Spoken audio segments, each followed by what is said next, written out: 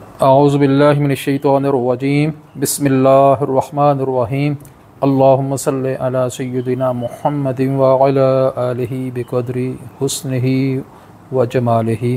अस्सलामु अलैकुम व रहमतुल्लाहि व बरकातुहू। दोस्तों, क्या हाल है? ठीक ठाक हो? खैर खैरियत है? आगे चलने से पहले आप लोगों से गुजारिश है कि चैनल को काइंडली सब्सक्राइब करें, बेल आइकान को भी प्रेस कर दें और अपने हल्के फुल्के अंदाज में कमेंट्स भी ज़रूर शेयर करें और वीडियो को अपने व्हाट्सएप ग्रुप में ज़रूर शेयर करें। जज़ाकल्लाह। तो अब आते हैं अपनी आज की स्टोरी के ऊपर। तो आज की स्टोरी जो है वो मोहतरमा अलीमा साहबा की जो मीडिया टॉक है उसके हवाले से है और काफ़ी इंटरेस्टिंग भी है। तो इसमें उन्होंने बहुत खूबसूरती से एक चाल चली है जो कि एस्टेब्लिशमेंट और जो हुकूमत वक़्त पंजाब की या वफाकी है उसके ख़िलाफ़ उनकी चाल बड़ी खूबसूरती से उन्होंने उसको पत्ता फेंका है। तो उन्होंने सबसे पहले तो जो chief justice Islamabad high court जनाब जस्टिस आमिर फ़ारूक साहब हैं उनके ऊपर अदम एतमाद का इजहार किया है और उनसे गुजारिश की है कि वो बुशरा बीबी या इमरान खान या पाकिस्तान तहरीक इंसाफ का कोई भी केस ना सुने, वो ऐसे बेंच का हिस्सा अपने आप को ना बनाएं जिसमें पाकिस्तान तहरीक इंसाफ या इनके कायदीन का कोई भी केस सुनने जा रहा हो वो बेंच। तो एक डेवलपमेंट तो ये है। हालांकि साइफ़र केस में आमिर फ़ारूक साहब ने इमरान खान साहब और शाह महमूद कुरैशी साहब को काफ़ी अच्छा रिलीफ दिया था, लेकिन इसके बावजूद अलीमा साहबा ने उनके ऊपर इतराज़ कर दिया है। तो देखते हैं कुछ ना कुछ तो चक्कर होगा जिसकी वजह से उन्होंने इतराज़ किया है। ऐसे बंदा इतराज़ तो नहीं करता कि जिसकी तरफ से कोई ठंडी हवा का झोंका आ रहा हो उसको भी बंदा साइडलाइन कर दे, ऐसा नहीं होता। बहरहाल उन्होंने इतराज़ किया है तो यकीनन पीछे कोई ना कोई उनके पास कोई ख़बर होगी, कोई इस तरह की एक्टिविटी होगी जिससे उनको कुछ शक होगा कि आमिर फ़ारूक साहब इस तरह के केसेस में कोई सख्त एक्शन ले सकते हैं। तो एक तो ये उनका बयान था। दूसरा,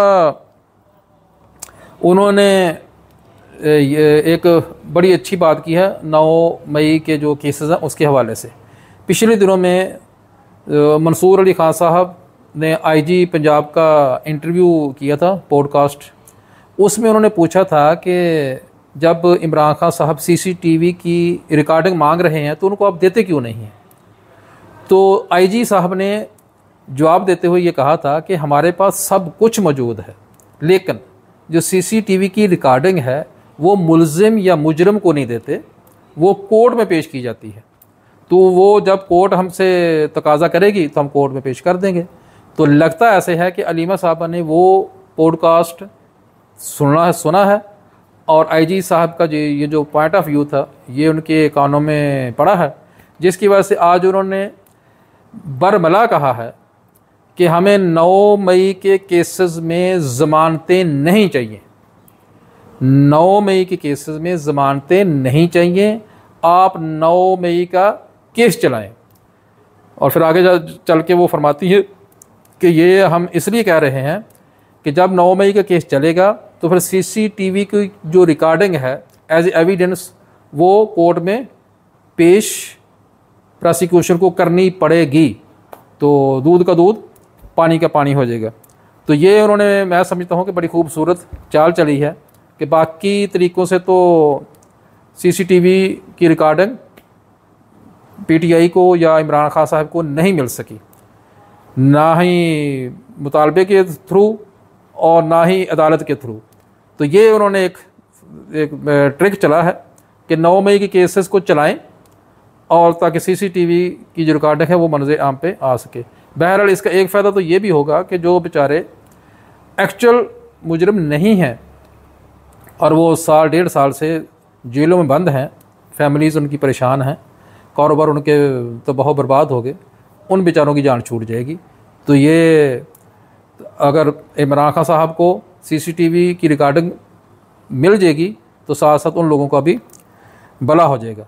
तो अलीमा साहबा ने बरबला कह दिया है कि हमें ज़मानत नहीं चाहिए, हमें 9 मई के केसेस पे कार्रवाई चाहिए।